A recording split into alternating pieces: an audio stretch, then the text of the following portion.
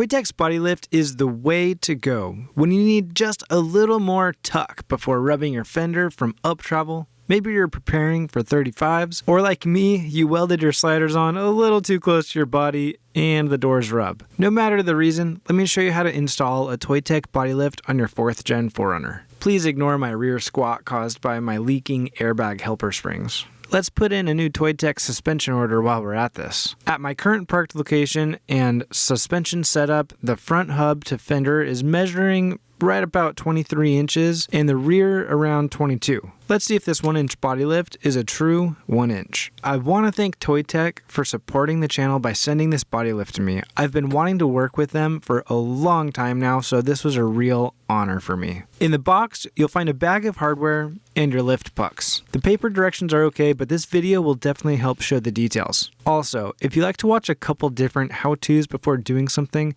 go check out Garrett Logan's body lift install also. Quick note, do one side of the vehicle at a time. I'm doing the driver's side first. Start by straightening out your wheel. Remove the top of the small fender liner to gain access to your steering shaft, and loosen the 2 bolts to allow slip, but don't remove them. Loosen the front body mount. If you have a friend close by, it might be easier to have them hold a wrench or ratchet on the top of the bolt while you loosen the bottom, but you can also use a wrench on the bottom to hold the bolt while you unscrew the nut. With the nut off, pull the bolt out. The body mount at the rear of the front fender is hidden under the driver's seat carpet. Simply pull up on the floor trim to remove it, and same with the footrest. Unscrew the funky bolt nut thing so you can remove the corner trim. Lift the carpet to find the body mount bolt cover. Pop the cover off with a screwdriver or a trim removal tool. You can use the same methods to remove all the body mount bolts. Either ratchets on the top and bottom, or 2 wrenches on the bottom. The next body mount bolt is accessed under the seat that is under the layer of snack debris from the kids. First vacuum, then remove the floor trim like you did on the front driver's side, and lift the carpet and pop off the cap. Then loosen and remove the bolt. I watched Garrett Logan's video also before making mine. Him and I both had the hardest time with the bolts under the rear seat. For me, the other 6 were easy, but both under that back seat were super difficult. I had to bring out the 3/4 drive mega bolt buster on the passenger side and eventually got that one out.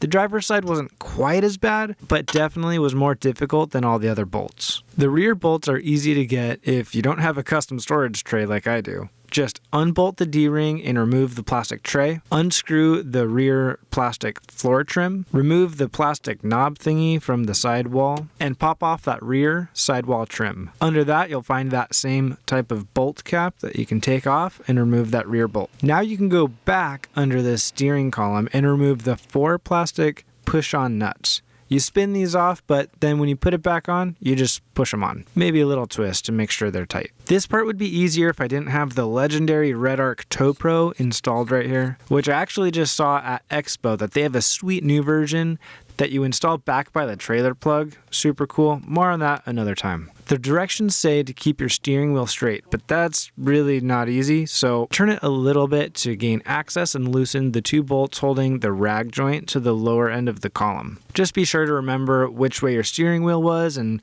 make sure it gets put back in the same spot it came from. Now you can jack up the driver's side and slide the body lift pucks in. My sliders definitely made this more difficult. My jack wasn't tall enough, so I had to use what I could find that was short enough to fit in between my slider support rails and was also tall enough to make up for my jack not being tall enough. The suspension will lift a bit too while you start jacking it up. Just keep going until the body leaves the frame at just over 1 inch. You might have to lift more depending on the angle of the surface you're parked on and where you jack from. The front might be perfect, and the rear you might need to jack up a little more. I didn't know when I got started, but the front body mount bolts are a little shorter, so keep that in mind while you work. I messed that part up and installed a long one up there, and I had to go back and remove it and swap it for the correct one. Sliding the steering column spacer into place was definitely a bit tricky, but with some creative turning of the steering wheel, eventually happened. I believe in you. With everything on the driver's side in place, you can lower the jack and tighten that steering spacer and rag joint down using the included extended hardware. Now you can also tighten all of the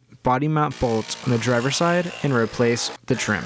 The passenger side requires you to remove the washer fluid reservoir, which seems a little tricky. There's just a few bolts holding it on, one on the rear of the tank towards the engine bay, sometimes easier accessed with the long extension, one on the front and one kind of on the side or rear of the tank. All of the rest of the body mounts are the same procedure as the driver's side. The trickiest part of the whole install was figuring out the best way to handle the radiator drop brackets. I ended up using the brackets in my own kind of way because I just don't see how it would work out of the box. I ended up flipping the brackets upside down and using my own bolts to hold the brackets to the truck. This does mean that the threads on the bottom of the bracket are kind of pressed into the core support, but this method worked for me and it feels strong. Unmounting the radiator was easy. Just pull the coolant reservoir off, then remove the 4 bolts holding the radiator on. There's 2 easy to spot ones up top on the front of the core support and 2 hidden in the lower core support frame. If you grab yourself some nuts and bolts and use the drop brackets upside down like I did, it'll work.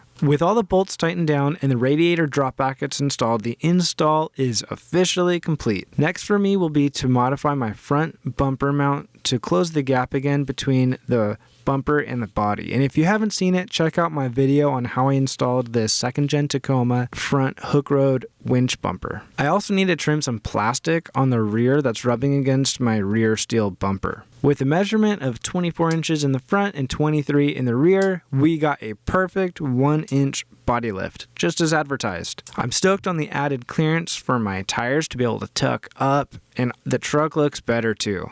Again, please ignore the squat caused by my leaking airbags. Hoping I'll be able to install some sweet new suspension from ToyTec on here soon to replace the old system that I have now. If you have any questions at all, be sure to leave a comment or DM me on Instagram. Thank you all again so much for watching. See you on the next one.